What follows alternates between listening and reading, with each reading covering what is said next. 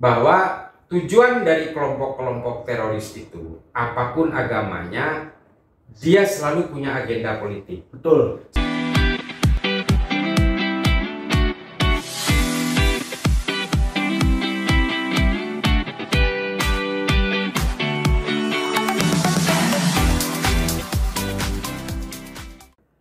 Cuap dikap, kembali lagi di Rudiktif, ruang diskusi dan perspektif. Kali ini Cuap dikap kedatangan tamu yang sangat spesial. Babe Iyo sendiri aja nih, karena Bang Mamat lagi nggak bisa datang. Nah, kita kedatangan sama Cak Islah Bakawi. Siapa sih yang kenal beliau, ya kan? Pengamat teroris internasional, bukan nasional lagi skalanya, tapi internasional.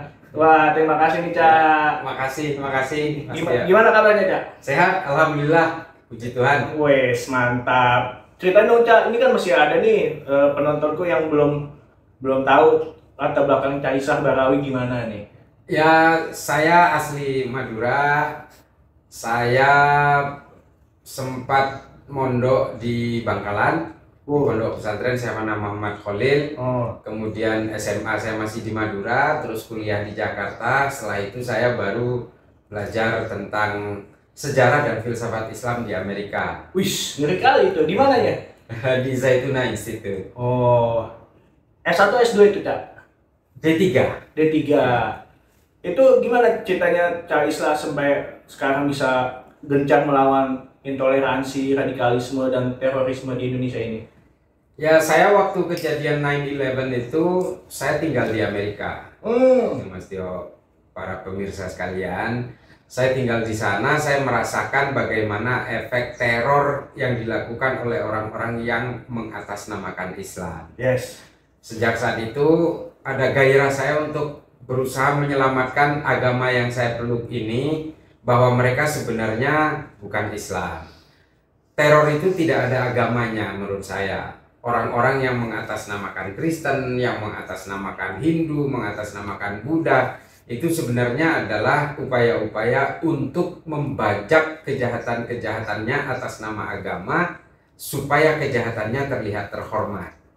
Jadi semua agama memiliki kerentanan yang sama. Nah, sejak saat itulah saya bertekad saya harus membersihkan nama agama-agama, bukan hanya Islam, karena teroris itu juga bisa mengatasnamakan agama apa saja. Sehingga kemudian saya bertekad untuk harus membersihkan nama-nama agama ini, bahwa bagaimanapun kelompok-kelompok teror itu tidak boleh mengatasnamakan agama, karena tidak ada agama yang mengajarkan tentang teror. Yes. Gitu. Oh, jadi berarti ada gium terkait terrorism has no religion gimana? Ya, itu berangkat dari situ. Jadi semua agama itu memiliki kerentanan yang sama sebenarnya. Ya. Jadi kalau yang mempersekusi orang-orang Rohingya yang beragama Islam di Myanmar itu mengatasnamakan Buddha. Ya. Namanya Asin Wiratu. Nah, orang-orang yang membantai saudara-saudara kita yang Kristen di Manipur itu provinsi bagian timur di India ya, dan yang membantai orang-orang Islam di Uttar Pradesh, di Gujarat dan Goa itu mengatasnamakan agama Hindu. Namanya Hindutva, Shivsena, Bharatiya Janata ekstrim kanan, jadi macam-macam. Nah, kerentanan-kerentanan itu memang selalu dimiliki oleh semua agama, padahal tidak ada satupun agama yang meminta pemeluknya untuk menjadi mesin pembunuh. Tidak ada agama yang mengajarkan kepada pemeluknya untuk menjadi teroris, nggak ada. Nggak ada, betul. Itu sebenarnya agenda manusia-manusia, ya sekali lagi, dia menggunakan jubah-jubah agama supaya kejahatannya itu dimaklumi dan terlihat terhormat. Itu saja. Ya berarti kayak ISIS, Al-Qaeda gitu? Sama semua. Ini sekarang gimana terkait Cak Islah, terkait Afghanistan yang dikuasai oleh Al-Qaeda ini apa? Taliban. Imarot namanya. Ya. Imarot Khalifat Afghanistan. Imarot Al-Islamiyah Al-Afghanistan. Nah, ini sebenarnya begini. Ini menunjukkan sebenarnya kelompok-kelompok teroris itu, para pemirsa sekalian, Mas Tio juga ya, bahwa tujuan dari kelompok-kelompok teroris itu, apapun agamanya, dia selalu punya agenda politik. Betul. Setiap kelompok teror itu pasti punya agenda politik. Mau yang mengatasnamakan Kristen di Amerika, Ku Klux Klan, terus ada lagi The Army of Christ. Terus kalau di Jerman itu ada namanya Baader-Meinhof, di Irlandia Utara itu ada namanya IRA, di Spanyol Utara itu ada Basque, itu beragama Katolik. Terus di Amerika Selatan ada FARC, terus di India juga ada, di Myanmar, di Thailand Selatan juga ada, di India ada Jammu, Kashmir, semuanya punya agenda-agenda politik. Jelas, pasti itu. Pasti, mau ISIS, mau Al-Qaeda, mau sekarang ada yang baru lagi leburan dari ISIS dan Al-Qaeda namanya Al-Qaeda Arabian Peninsula atau disingkat AKAP. Itu juga punya agenda politik. Saya pikir AKAP itu antar kota. Enggak, Q. Kalau AKAP kan K. Al-Qaeda ya. Nah, JI, JAD, MMI, HTI, Ikhwanul Muslimin meskipun tidak berada pada tataran kekerasan seperti HTI atau Ikhwanul Muslimin, mereka punya agenda politik semua. Pasti. Berarti akar masalah terorisme dan radikalisme di Indonesia itu Caisa setuju nggak sih terkait ekonomi atau pendidikan atau segala, atau ada faktor eksternal misalnya pengaruh intervensi asing atau apa gitu? Kalau ekonomi saya sudah sejak lama menolak itu. Karena orang-orang yang bergabung dengan kelompok-kelompok teror atau orang-orang yang berangkat ke ISIS, ke Suriah itu tidak semuanya orang melarat. Justru mereka itu orang-orang terpelajar. Mereka itu orang-orang yang punya pekerjaan, dokter, pilot, petani sawit, punya lahan sawit, dia jual semua asetnya, setelah liquid dia dapat duit 7 miliar, 3 miliar, 12 miliar, berangkat ke ISIS bergabung. Artinya faktor ekonomi itu tidak menjadi satu penyebab utama dari lahirnya terorisme. Ada yang bilang karena faktor ketidakadilan. Itu enggak juga. Karena Indonesia ini kalau mau dibilang tidak adil, sebenarnya secara tuntunan agama dia ini adil. Sekarang kita Islam misalnya ya, meskipun negara ini berfalsafah Pancasila dan diatur dengan Undang-Undang Dasar 45 dan kalau dipidana itu ada KUHP dan sebagainya, itu apa sih kegiatan orang Islam yang dibatasi di sini? Nggak ada. Mendirikan masjid sesuka-sukanya, sholat nggak mungkin digerebek tentara, naik haji difasilitasi pemerintah, bayar zakat pun disediakan bejananya, ya. Artinya tidak ada ubudiyah atau syariah yang dikekang oleh negara, nggak ada. Artinya faktor adil dan tidak adil itu di situ gugur. Yang ketiga mungkin banyak yang bilang karena kebodohan, nggak juga. Orang yang bergabung dengan ISIS, yang bergabung dengan Al-Qaeda, bergabung dengan JI, ini orang-orang pintar semua. Bahkan ada salah satu anak ya yang bergabung ke ISIS itu dari Trenggalek, namanya Z Rizal. Anak ini pernah menjadi juara 1 Olimpiade Astronomi di Ukraina. Dia bergabung ke ISIS, artinya dia bukan orang bodoh juga. Gitu. Tapi memang penyebab terorisme ini adalah murni ideologi transnasional. Ya, betul. Yang mengatasnamakan agama gitu, Mas Tio. Jadi faktor ekonomi, ketidakadilan sama pendidikan itu gugur sendirinya gitu. Ya bisa jadi ada penyebab, tapi bukan penyebab utama. Embrio utama dari terorisme itu, para pemirsa sekalian, itu memang murni injek atau intervensi ideologi yang mengatasnamakan agama yang datanya dari luar tuh.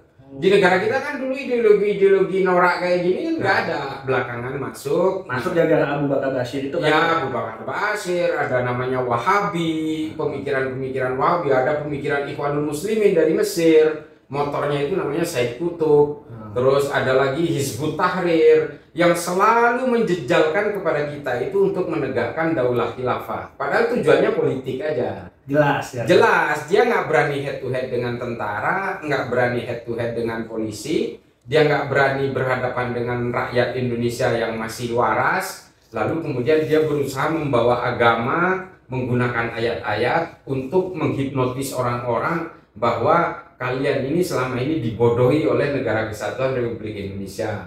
Kalian dibodohi Pancasila, kurang lebih kayak gitulah. Pancasila itu haram, ini haram, itu haram. Maka supaya kamu tidak bergelimang haram, ini kalau yang mengatasnamakan Islam ya, Kalau supaya kamu tidak bergelimang haram, maka kamu harus berontak, kamu harus bergerak, amaliyah dan seterusnya. Nah, itu proses dasarnya pasti seperti itu. Terus terkait pembubaran JAD ini gimana nih, Cak? Kalau aku JI ini Jemaah Islam ini aku mengkritisi nih. Karena apa? Jangan-jangan ini bagian mereka nih. Kan aku bagian background FISIP ya, HI. Jadi kita harus melatar belakangi ada apa nih, kok tiba-tiba dia membubarkan diri, mungkin atau benar-benar dia setia sama Pancasila dan NKRI, atau ini bagian dia di sempalan-sempalan yang NU apa Muhammadiyah masuk-masuk gitu, apa gimana nih, Cak? Nah, ini yang harus saya ceritakan ini. Ini para pemirsa sekalian, Mas Tio dan siapapun yang menonton ini ya. Jadi gini, JI ini bubar mendeklarasikan diri, bukan dibubarkan pemerintah, bukan dibubarkan Densus, tapi mereka membubarkan diri secara sukarela. Banyak yang skeptis memang pada awalnya. Termasuk saya. Ya, saya juga pun sempat skeptis. Ini jangan-jangan taktik Belanda lagi nih. Ya, betul. Ya, Belanda tetap Belanda kan gitulah kurang lebih ya, kita bahasa bercandanya. Tapi belakangan ini ternyata memang JI ini rupanya jaringannya kan memang sudah kuat. Dia punya pesantren, dia punya struktur dan sebagainya. Bahkan skeptisisme saya itu, rasa skeptis saya itu kemudian gugur setelah mereka itu bersedia untuk menyerahkan senjata-senjata yang dia punya. Semuanya pada negara. Atau hanya sebagian? Semua. Yang kedua, dia mau menyerahkan ya DPO yang selama ini diuber-uber Densus. Dia mau menyerahkan itu supaya diproses oleh negara secara hukum. Yang ketiga, mereka mau pesantren-pesantren yang terafiliasi dengan JI itu menggunakan kurikulum Kemenang. Yang artinya di situ ada ajaran-ajaran yang berupa Pancasila, moderasi beragama, terus kurikulum dasar yang diberikan oleh Kementerian Agama itu mereka mau. Artinya dia itu sebenarnya ada dua faktor. Bisa jadi karena ada kesadaran kognitif yang terbangun dari para amir-amirnya, atau yang kedua, sampai kapan kita ini selalu kucing-kucingan dengan negara, dengan aparatur negara. Toh perjuangan kita ya gitu-gitu aja. Nggak mungkin juga kita menggulingkan Indonesia dengan hanya kekuatan segelintir. Mungkin faktor-faktor secara strategi kemiliteran lah ya gitu. Mereka sudah ini kan semua perjuangan-perjuangan yang percuma. Udah gitu dia kemudian mungkin juga ingat konsep-konsep Khawarij dalam Islam ya, yang memang menjadi sempalan-sempalan garis kanan yang kemudian merasa paling benar sendiri, lalu dia melakukan pembunuhan dan sebagainya. Mungkin ada kesadaran kognitif itu sehingga kemudian mereka mendeklarasikan untuk membubarkan diri. Nah, kalau saya pribadi saya mengapresiasi Densus yang kemudian memfasilitasi ini. Kalau Densus juga nggak pasti punya pikiran skeptis yang sama kan? Pasti kalau kamu membubarkan diri, tolong buktikan apa pembubaran diri itu diikuti dengan implementasi apa, yaitu menyerahkan senjata, memberikan DPO dan kooperatif dengan negara. Ini adalah bukti awal ya. Ya meskipun kewaspadaan jelas nggak boleh berkurang. Benar. Ya kan Mas Tio? Karena bagaimanapun the ideology never dies. Tapi saya memang sangat apresiasi di sini terutama kepada Amir-Amir JI. Nah, sedikit yang saya berikan gambaran, kebetulan 2 minggu yang lalu saya ketemu dengan Amir JI yang sedang dipenjara. Siapa itu? Namanya Para Wijayanto. Benar. Nah, Ustadz Para ini sekarang sedang membuat buku tentang bagaimana caranya kita mencintai negara itu berdasarkan hukum syariah. Artinya apa? Dia betul-betul mendobrak pemikiran-pemikiran lama dari orang-orang JI bahwa pekerjaan-pekerjaan kalian ini sebenarnya bugot. Apa yang kalian pikirkan tentang pemberontakan terhadap negara ini dan mimpi-mimpi yang seolah-olah ini adalah tuntutan agama, ini perintah Tuhan, itu sebenarnya adalah bohong semua. Nah, lalu dia jelaskan di buku dengan 807 halaman itu. Ya mudah-mudahan ini efektif dan dibaca oleh banyak kalangan sehingga kita paham bahwa before and afternya ini ada gitu. Nah, itu bagus sih buku itu, tapi kayaknya masih sedang diteliti oleh Densus. Tapi kalau melihat pemikiran dari Pak Para waktu saya ketemu itu, Ustadz Para itu menurut saya bagus sekali. Bagus ya? Bagus banget. Ya saya kan memang selain saya pembaca buku, saya juga sering menjadi saksi ahli untuk literatur ideologi di kelompok-kelompok teror itu. Menurut saya bagus buku itu kalau nanti bisa memberikan pengaruh supaya orang-orang yang ekstrem kanan ini mau membaca gitu. Itu kemarin yang pembubaran J itu yang minum. Ini dulu Cak, kita tes dulu. Jawab dikap. Nah, itu terkait jumlah J yang kemarin pembubaran diri ada berapa kira-kira tuh Cak? Banyak sekali. Ada kali 100.000 apa 100 orang lebih? Ya, saya kira lebih sih. Lebih kalau dari bahkan ya mungkin ribuan lah jumlahnya. Ya. Ya memang ini menunjukkan bahwa ini bukan hanya sekedar lip service dari mereka. Ya. Bahkan teman-teman Densus juga, termasuk saya juga, kita baru tahu, oh ternyata dia JI gitu. Dan dia mau muncul itu kan berarti luar biasa lah ya. Luar biasa. Dia mempertaruhkan identitas dirinya yang selama ini tertutup kan. Kita juga waduh, ternyata bapak ini JI, ini JI, Ustadz ini JI. Dan dia mau melakukan self declare terhadap identitasnya dia yang selama ini masih abu-abu dan kita kenal sebagai orang biasa, yang selama ini kenal sebagai pendakwah agama biasa, ternyata dia JI. Nah ini kan artinya dia mempertaruhkan identitasnya itu kan bukan main. Bukan main ya. Dan waktu itu aja bukan masalah pembubaran JI aja nih yang saya skeptis sebenarnya Cak. Yang terkait inget nggak yang waktu itu yang ISIS mau balik kayak istri dan para ibaratnya mereka nyebutnya mujahidin, anak dan istri itu mau repatriasi itu aja aku juga agak skeptis sebenarnya. Kalau repatriasi ini memang perlu kajian yang lebih mendalam ya. Satu, karena memang mereka ini sudah sangat ideologis. Iya, soalnya dia udah bakar paspor kan. Kalau anak-anak oke lah dibalikin masih bisa. Tapi kalau udah istri kan dia udah dewasa Cak. Setelah tidak langsung dia udah sadar nih. Oh, gue ikut suami nih. Saya ikut suami. Ya mau nggak mau ternyata sampai di sana dibohongi atau apa, cuma hanya jadi budak seks gitu loh. Dan ini memang tidak sederhana karena PBB juga sudah menetapkan mereka itu stateless. Ya, stateless. Yang kita pikirkan adalah anak-anak yang masih belum tahu apa-apa ini, kalau tidak direpatriasi, tidak ditarik ke Indonesia misalnya, ini kan bahaya juga, Mas. Ini Mas Tio, anak-anak yang tadinya dibawa masih kecil-kecil dan sekarang tumbuh remaja itu, kalau dia hidup di camp dengan ideologi yang seperti itu, ini kan akan menjadi embrio-embrio baru. Betul. Memang sempat ada wacana pemerintah akan memulangkan mereka yang masih anak-anak di bawah 12 tahun kalau nggak salah. Ya. Saya setuju aja sih. Mungkin nanti ditaruh di suatu tempat, di brainwash dulu, diajarkan tentang pemikiran-pemikiran moderat, tentang kemanusiaan, tentang budaya-budaya yang sangat inklusif. Ya. Itu mungkin ya bisa jadi itu hitungan 1 tahun, 2 tahun, 3 tahun sampai betul-betul clear secara empiris dia ini clear, psikolog yang mengukur sudah menyatakan ini siap diturunkan ke masyarakat, ya itu boleh. Waktu itu konsepnya begitu. Tapi kan anak-anak yang dulu dibawa oleh orang tuanya masih kecil ke ISIS ini kan hari ini udah pada tumbuh dewasa. Yes. Dan dia pasti sudah mendapatkan injek ideologi juga di camp pengungsian itu. Contoh misalnya ada reporter BBC pernah datang ke camp pengungsian itu ditimpukin sama anak-anak kecil itu. Ya, aku tahu. Ya, ya kan? Viral Sekali ditimpukin karena dianggap orang kafir. Ya artinya ini kan menjadi tidak sederhana setelah mereka itu tumbuh di tengah ideologi-ideologi yang ekstrim seperti itu.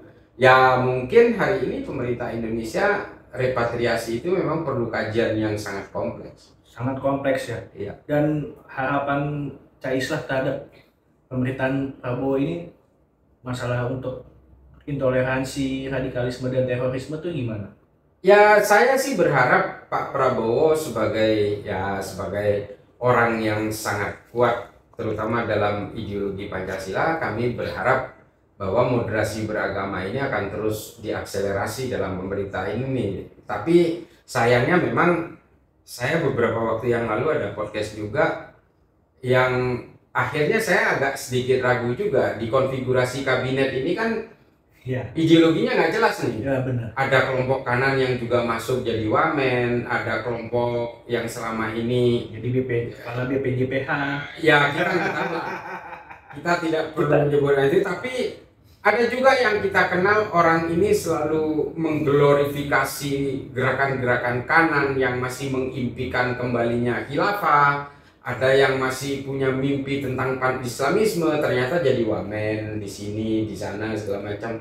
Banyak sekali kelompok-kelompok sayap kanan jauh, far right gitu ya, yang justru jadi wamen meskipun dia dari parpol. Tapi yang perlu saya ingatkan mungkin kepada Pak Prabowo, mudah-mudahan nonton lah ya, bahwa kelompok-kelompok seperti ini memang belakangan ini trennya selalu menggunakan platform demokrasi untuk melakukan gerakannya. Tapi sebenarnya dia tujuannya adalah membunuh demokrasi. Bahkan ada juga yang mengaku demokratis juga membunuh demokrasi. Artinya jangan sampai kita terperdaya oleh strategi mereka itu, model-model entryismenya Leon Trotsky ya dulu ya. Jadi pelarian dari Rusia, dia bawa paham komunis itu ke Eropa Barat dan dia nyusup ke kampus-kampus, ke lembaga-lembaga kajian akademik, dan bahkan masuk juga ke parpol-parpol sehingga melahirkan beberapa parpol kiri yang ada di Eropa hari ini. Nah ini jangan sampai ada di kita, seolah-olah dia ini dari partai politik, seolah-olah dia ini mengikuti gelombang harus demokrasi, tapi sebenarnya dia punya agenda-agenda tersembunyi, yaitu cita-cita ingin menegakkan agenda politiknya mereka di Indonesia dengan menggusur Pancasila dan sebagainya. Iya, makanya masih nyambung ke obrolan sama Cak Islah tadi. Saya kaget tiba-tiba kok di ini yang setara menteri aja, yang dulu terang benderang dukung khilafah, kok masuk gitu loh. Ya itu dia. Saya menyayangkan itu. Saya juga mengatakan konfigurasi, kita sih yakin dengan Pak Prabowo-nya. Tapi konfigurasi politik hari ini ternyata jenis kelamin ideologi dari komposisi menteri itu ternyata masih ada banyak kerikil-kerikil dalam sepatunya. Nah ini mudah-mudahan juga Pak Prabowo bisa lebih early aware terhadap hal ini ya. Kalau saya berharap bukannya kita nggak suka sama personalnya, tapi kita tidak suka kepada ideologi orang-orang ini. Betul. Yang mudah-mudahan itu nanti akan ada proses filtrasi dari Pak Prabowo yang nanti akan di reshuffle atau apa, kita nggak tahu lah. Iya, soalnya kan kayak contoh kemarin aja yang terkait masalah apa ya, isu makanan itu ya, sertifikasi halal kan. Itu kan banyak yang daerah-daerah yang non muslim itu berteriak, wah berarti kalau makan babi harus ada sertifikasi halal, terus dialat lagi, pokoknya ini boleh asal ada tulisan ini makanan non halal gitu. Jadi apa ya, cepet banget gitu loh klarifikasinya. Itu aja menurut saya udah aware gitu loh, jadi awareness buat Prabowo ini gitu loh, Kak. Kalau saya sebenarnya ke sertifikasi halal itu nggak setuju. Iya. Dari awal nggak setuju sertifikasi halal itu. Satu, dia akan menjadi mesin uang bagi suatu kelompok-kelompok tertentu. Yang kedua, ini kan negara semua tersedot semua ini energinya untuk ngurusin sertifikasi halal. Yes. Ini negara ini mayoritas muslim. Betul. Mayoritas muslim, otomatis traffic dari makanan-makanan itu seharusnya sudah halal semua. Yang diperlukan itu adalah sertifikasi non halal. Nah itu sebenarnya. Seharusnya itu. Jadi restoran misalnya cukup ditulis sertifikasi atau ditempelkan sertifikasi non halal, ya udah. Yeah. Kalau yang halal itu ya nggak usah disertifikasi. Ini negara muslim kok, masa warteg harus pakai sertifikasi halal, dia nggak jualan apa-apa misalnya, maksudnya nggak jualan barang-barang non halal yang secara fikih di dalam Islam tidak diharamkan misalnya. Nah ini kan nggak perlu disertifikasi yang kayak gitu. Iya, dan gitu itu baru satu sertifikasi. Yang kedua ya kemarin Wamen Pariwisata juga bilang akan melanjutkan wisata halal di Bali. Itu Bang Denny teman kita semua nih, Bang Denny Siregar kan ngapain nanti udah just di Bali masjid banyak ada gitu. Ya saya nggak ngerti ya, tapi wisata halal ini sebenarnya kalau sertifikasi non halal yang dikenakan bukan sertifikasi halal, energi negara, uang negara ini juga tidak terlalu banyak yang harus kesedot. Betul. Dan juga tidak ada hengki-pengki di situ, karena kadang-kadang ya sertifikasi halal ini menjadi industri tersendiri nih, karena ada duitnya kan. Dan negara juga uangnya bisa dihemat. kalau ternyata sertifikasi itu sertifikasi non halal. Betul. Memang ada undang-undang yang menyebutkan bahwa harus ada sertifikasi halal, ya kan tinggal diratifikasi aja. Betul. Yang perlu disertifikasi itu yang non halal. Yes, sepakat sih. Masa sate kambing, Madura dan ayam misalnya Haji Basri gitu, masa masih pakai sertifikasi halal sih? Itu makanan, dia bilang juga benda pun juga ada sertifikasi halal, misalnya kayak kulkas, terus kayak TV itu saya juga bingung kan. Nah ini kalau itu sih mungkin kulkas ya, karena kalau kulkas itu kalau mau dibilang itu perlu sertifikasi halal dari perspektif sertifikasi halal, karena memang ada beberapa bahan itu yang dibuat dari kulit babi misalnya. Oh iya. Kan ada karet misalnya di pintunya kulkas, itu kan rubbernya itu bisa juga dicampur dengan bahan-bahan ingredient yang bisa jadi itu lemak babi misalnya, atau sepatu lah. Ya. Sepatu yang dijual di beberapa mall itu kan kadang-kadang Ada ditulis konten pigskin, Iya. ya kan? Nah yang perlu itu kayak gitu. Jadi meskipun sepatu ini nggak dimakan, tapi karena dia kulit babi, masuk gitu, ya. ya cuma ditulisin aja kayak yang di mall-mall kan Iya. ditulisin tuh, this shoes is contain pigskin misalnya. Ya sudah itu. Kalau yang nggak ditempel itu ya berarti kulit sapi gitu loh. Iya. Jadi kalau harus disertifikasi semua segala macam, ya saya kira itu saya pikir memang kadang-kadang ya cara berpikir kita itu ya nggak memikirkan bagaimana energi bangsa ini, uangnya negara ini harus kesedot terlalu banyak untuk sesuatu yang sebenarnya bisa dihindari. Ya makanya aku lari ke situ, sebenarnya relate dengan tema kita sih Kak. Dalam arti gini loh, supaya kita nggak terkungkung dalam sempitnya berpikir di alam demokrasi ini loh Cak. Jadi nggak gampang kedoktrin sama yang ibaratnya orang-orang yang ngaku baru belajar atau hijrah gitu loh Cak, gitu loh. Ya kadang-kadang memang orang itu ketika merasa dia masa dulunya itu dosanya bergelimang gitu ya, dosanya banyak gitu ya, itu kadang-kadang dia berangkat dari keluarga yang tidak pernah mengenal Tuhan, tiba-tiba sekali mengenal Tuhan dia langsung merasa bahwa dia sudah, wah dosa saya udah hilang nih, saatnya kita menghitung dosa orang lain. Iya. Nah ini yang tidak boleh. Hijrah itu adalah tidak memindahkan dosa yang lama ke lahan yang baru. Sama seperti Rasulullah, hijrah itu dari Mekah ke Madinah itu justru ke tempat yang lebih baik. Jadi membuat peradaban yang lebih baik, membuat muamalat yang lebih baik, dan kesadaran-kesadaran koeksistensi yang jauh lebih baik. Gitu. Ya, begini. Itu konsep hijrah itu seperti itu. Ya, jadi biar nggak salah paham lah ya. Biar kita beragama tuh ya moderat aja gitu loh, nggak ke kiri, nggak ke kanan. Iya, kalau di Islam itu ada namanya Islam wasatiyah, garis tengah aja, garis tengah. Jadi ya sebenarnya orang-orang yang jadi teroris, orang-orang yang gelisah dengan perbedaan, orang-orang yang hari ini sebentar mengkafirkan ini, mengkafirkan itu, orang yang berbeda dengan dirinya langsung dicap kafir, yang paling murni cara berislamnya itu hanya saya. Ya. Kalau orang-orang yang berbeda dengan saya itu berarti Islamnya sudah tercemar, ahli bid'ah dan sebagainya. Itu sebenarnya bukan cara Rasulullah banget. Rasulullah nggak kayak gitu. Rasulullah itu nggak pernah dulu di Madinah itu gelisah oleh perbedaan, nggak pernah. Iya, maksudnya kan itu aja baru di kalangan internal kan. Di kalangan eksternal misalnya kayak kemarin nih beberapa hari yang lalu atau minggu yang lalu kan terkait ASN di Bekasi itu, inget nggak Kak? Ya. Orang lagi berdoa ibadah umat Kristen apa Katolik itu tiba-tiba ada izinnya nggak? Wah, kalau begitu ya pengajian butuh izin dong kan kata. Iya. Itu amat saya sayangkan kejadian di ASN Bekasi, termasuk ketika adik-adik mahasiswa Pamulang ketika melakukan persekutuan doa ya, digerebek oleh mereka. Saya bilang, Dek, kalau di kampungnya saya datangi mereka, saya bilang, Dek, kalau di kampung kamu nggak boleh begitu, rumah saya terbuka, saya sediakan. Iya. Orang mau bertemu Tuhan aja kok kayaknya dipersulit gitu. Karena begini loh, saya itu Mas Tio, saya itu beranggap bahwa semua manusia apapun agamanya, apapun sukunya, diciptakan oleh Tuhan yang sama. Yes. Nah gara-gara pernyataan begini, kadang-kadang disikapi oleh orang-orang yang tidak punya pemahaman secara substantif terhadap agama itu dianggap, oh Islam itu liberal, masa Tuhannya orang Kristen, Tuhannya orang Hindu, Tuhannya orang Islam itu sama.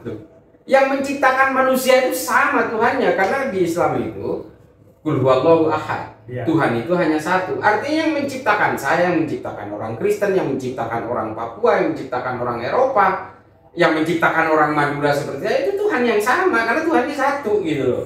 Nah ini mereka tidak berpikir begitu ya. Maksudnya gini loh, seolah-olah kalau orang yang berbeda agama itu, oh itu harus dibinasakan, dipersempit ruang geraknya. Betul. Lah, mereka menjadi Kristen itu kan karena lahir dari orang tua beragama Kristen. Betul. Kita lahir dari orang tua beragama Islam, maka jadi Islamlah saya gitu kan. Lah coba bayangkan kalau ditukar. Iya. Sementara takdir kelahiran ini bukan kita yang menentukan. Betul. Itu semua dari Tuhan. Ya, Kak, gimana caranya kalau kita ingin mempromosikan agama kita yang di Islam itu disebut syiar? Syiar. Ya, tunjukkan dengan akhlak yang baik. Tunjukkan dengan perilaku yang baik, cara bermuamalah yang baik. Bukan dengan mempersuki orang, membacok orang, keluar ASN ngamuk-ngamuk karena orang melakukan ibadah. Lah coba dibalik kalau dia menjadi mereka. Dan sanksinya cuma minta maaf doang. Jadi ibaratnya akan terus berulang. Coba kalau misalnya diproses hukum atau apa, dipecat atau apa, beda soal. Betul. Selama ini terhadap aksi-aksi intoleransi itu negara nggak hadir, kebanyakan nggak hadir. Iya. Itu dia. Yang kedua, negara kadang-kadang memfasilitasi intoleransi itu sendiri. SKB 3 Menteri, pendirian rumah ibadah bagi kelompok minoritas di kantong mayoritas, harus melewati proses-proses birokrasi dan administrasi. Apa-apaan? Ini kan negara akhirnya memfasilitasi intoleransi juga. Gara-gara orang yang hanya misalnya nih ya, di tengah 1000 orang Kristen, ada orang Islam 2 orang ingin mendirikan rumah ibadah, itu kan sulit tuh. Nah, ketika dia melakukan ibadah, dia dipersekusi oleh orang Kristen misalnya. Nah, ini kan artinya negara lewat konstitusi, lewat regulasi, memfasilitasi intoleransi. Demikian juga orang Kristen yang hidup 5 orang di antara 1000 orang Muslim. Dia mau mendirikan rumah ibadah, susah tuh. Nah, giliran dia beribadah di rumahnya, dipersekusi pula. Betul. Nah, ini kan artinya negara ikut memfasilitasi aksi intoleransi secara tidak langsung lewat regulasi-regulasi yang sebenarnya tidak menguntungkan bagi kelompok minoritas. Makanya saya dari dulu, mbok ya SKB 3 Menteri ini udahlah hapus saja lah. Sebenarnya waktu itu sebelum eranya Jokowi atau Mulyono lah kita sebut, itu kan mau dicabut SKB 3 Menteri tadinya kan sama Gus Yakut waktu jadi Menak. Tapi kan tiba-tiba Wapres bilang, loh namanya pembangunan ibadah mesti ada izin segala macam. Jadi kayak berbenturan, padahal niatnya baik itu Gus Yakut itu. Iya, Gus Yakut sendiri sebenarnya juga udah gregetan juga untuk menghapus itu, saya tahu persis. Tapi memang prinsip saya dan Gus Yakut ketika itu dan beberapa teman-teman ya, itu menganggap, loh mau ketemu Tuhan aja kok harus pakai birokrasi gitu. Mau mendirikan rumah untuk bertemu Tuhan, berdoa kepada Tuhan aja kok harus masih ribet dengan urusan administrasi. Tapi ya begitulah, kadang-kadang kita itu ketika ingin menggugurkan satu aturan, itu kadang-kadang harus terbentur dengan aturan-aturan yang lain. Itu memang ribet itu. Makanya saya sangat menyayangkan aja waktu itu yang pas waktu itu Wapres kita masih Kiai Ma'ruf itu ya, aduh Pak Kiai kok kenapa jadi begini. Sebenarnya niatnya baik loh, itu maksudnya supaya kita yang minoritas itu juga kan minoritas di negara-negara kayak di provinsi NTT itu kan Muslim juga minoritas, Bali juga maksudnya SKB itu juga pasti akan juga mengalami ganjalan. Diberlakukan juga seperti ketika ada beberapa Muslim di Menasa Utara kan dulu pernah ditimpukin juga musola yang dibuat dengan alasan tidak ada izin. Ya artinya ini akan yang menjadi korban kan kelompok-kelompok minoritas semua itu. Iya benar. Maksudku tuh sebenarnya itu kan dibuat waktu zamannya SBY kan, SKB 2 Menteri atau 3 Menteri itu kan sebenarnya. Ya artinya gini loh, kalau buat saya, kalau saya ngambilnya sederhana aja, masih untung ada orang yang mau mengingat Tuhan. Iya. Di tengah gelombang ateisme yang meningkat dan menusuk pelan-pelan ke tengah komunitas masyarakat ini, masih untung ada orang yang ingat Tuhan, yang masih berkeyakinan adanya Tuhan, masih punya konsep-konsep teologis yang mengacu kepada agama yang dipeluk oleh pemeluknya masing-masing. Betul, gitu ya. betul. Itu masih untung gitu, karena paling tidak ya masih ada koridor moral dari ajaran agama-agama itu akan nyetir orang supaya tidak jahat, tidak julid kepada orang lain dan sebagainya. Tujuan luhur agama-agama kan sebenarnya memang hanya itu, menciptakan damai, menyebarkan kasih dan sebagainya itu.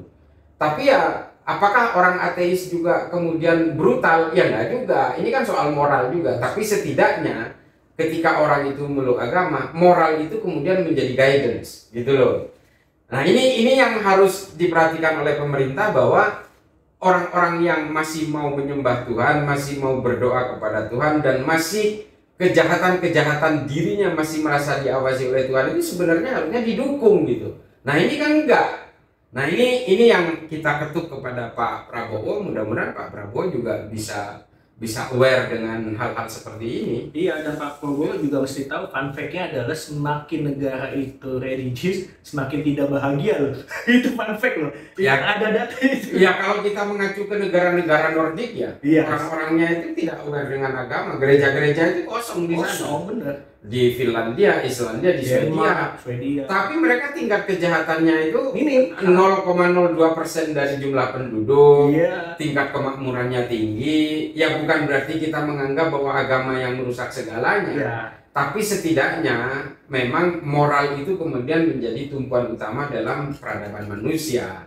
Nah, kalau kemudian kita itu terlalu dogmatis juga yang dijejalkan di dalam regulasi-regulasi kita, itu akhirnya menimbulkan pertikaian. Karena pertikaian antar pemeluk agama, pertikaian antar pemeluk agama yang sama, itu kan bukan hanya terjadi hari ini. Sudah ratusan tahun, ribuan tahun itu selalu terjadi. Di Islam juga nggak bisa dibilang wah sama-sama Islam damai, enggak juga, gontok-gontokan juga tuh. Bener. Sama. Sesama Kristen sama juga. Apalagi beda mazhab gitu. Beda mazhab. Di Kristen juga terjadi, di Hindu juga jadi, Buddha juga. Hampir semua lah. Ya hampir semua. Hindunya orang India dan Hindunya orang Bali kan beda tuh. TikTok sempat viral. Iya, sempat viral yang orang India. Iya. Kok Wisnunya beda ini apa ini? Nah itu artinya bukan berarti kita itu harus menghindar dari agama, tapi jangan sampai negara terlibat di dalam pertikaian antar tafsir agama ini, sehingga seolah-olah secara regulatif, secara tidak langsung pemerintah negara seolah-olah memberikan ceruk bejana kepada mereka, udah wis gelut toh gitu. Nah ini kan nggak boleh itu. Nah ini negara harus hadir untuk memberikan ruang kepada kelompok-kelompok itu secara coexistence gitu. Oke, last question berarti nih Cak. Jadi apa sih langkah negara ini terkait buat mencegah damainya intoleransi, radikalisme dan terorisme ini? Menurut saya satu kuncinya kemanusiaan. Ya, semua agama. Persis kayak Gus Dur ya, kemanusiaan di atas politik ya. Ada juga buku ya, judulnya Humanity Before Religiosity. Jadi kenali dulu kemanusiaan sebelum kamu mengenal agamamu. Karena kamu kalau mengenal agamamu lalu kemudian lebih dulu lalu kemudian lalai mengenal kemanusiaan, maka kamu akan menjadi penghakim-penghakim ini, kata-kata Habib Ali Al-Jufri, penulis bukunya Al-Insaniyah Qabla Tadayyun namanya. Nah, ini menjadi penting ya. Kenapa? Orang-orang yang menjadi teror, kemudian dia ingin meledakkan bom dan membunuh manusia lain yang berbeda dengan dirinya sebanyak-banyaknya. Itu karena lalai ketika dia memikirkan tentang kemanusiaan. Dia menganggap hanya dirinya yang akan masuk surga, orang yang berbeda itu akan masuk neraka. Nah, ini adalah konsep-konsep yang selama ini, belakangan ini sering kita di Indonesia terutama ya, kelompok-kelompok Wahabisme misalnya, oh saya ini yang paling otentik, saya ini Islamnya yang paling orisinil. Kalau orang yang berbeda dengan saya, itu berarti udah tercemar tuh. Itu salah tuh. Itu sebenarnya udah ahlul bid'ah tuh. Itu udah kurafat itu, zindik segala macam. Nah ini penghakiman seperti itu nggak boleh. Dan yang kemudian yang menjadi pendakwah-pendakwah agama nih, jangan hanya melonggarkan perutnya sendiri. Kadang-kadang ada yang bilang keras. Iya, jangan kemudian dia memberikan dakwah misalnya di dalam salib ada jin kafirnya. Akhirnya apa? Anak-anak SMP di Jogja datang ke pekuburan Kristen digergaji semua tuh salib. Astaga. Nah, dakwah-dakwah yang seperti ini membahayakan bagi kehidupan bangsa yang sangat majemuk dan toleran secara kultur kita ini, yang kemudian mengarah kepada kebencian antar pemeluk agama. Kebencian antar pemeluk agama yang sama tapi berbeda tafsir. Nah, ini yang harus kita hilangkan. Karena apa? Semua manusia, apapun agamanya, diciptakan oleh Tuhan yang sama. Lagi, semua manusia, apapun agamanya, apapun keturunannya, dilahirkan dengan harga diri yang sama. Cakep itu, coba semua. Nah, kesimpulan kali ini kita ngobrol dengan Caisa Barawi adalah negara Indonesia, Kesatuan Republik Indonesia ini adalah negara Pancasila. Jadi artinya kita harus saling menghargai dan saling menghormati perbedaan, karena kemajemukan itu indah. Kita harus menjaga perbedaan dan merawat keberagaman gitu. Satu. Kedua adalah untuk pemerintah Prabowo Subianto, ya semoga negara harus hadir lah yang terkait adanya ormas-ormas intoleransi atau sejenisnya atau terorisme, harus bersikap tegas gitu. Jangan sampai bibit-bibit anak muda ini tercemar oleh ini ideologi kebencian. Itu aja sih. Yang ketiga nih, jangan lupa like, comment, subscribe Cuap Dikap. Terima kasih coba semua. Terima kasih Caisa udah mau datang nih. Wah, suatu kehormatan. Terima kasih banyak. Terima kasih. Oke.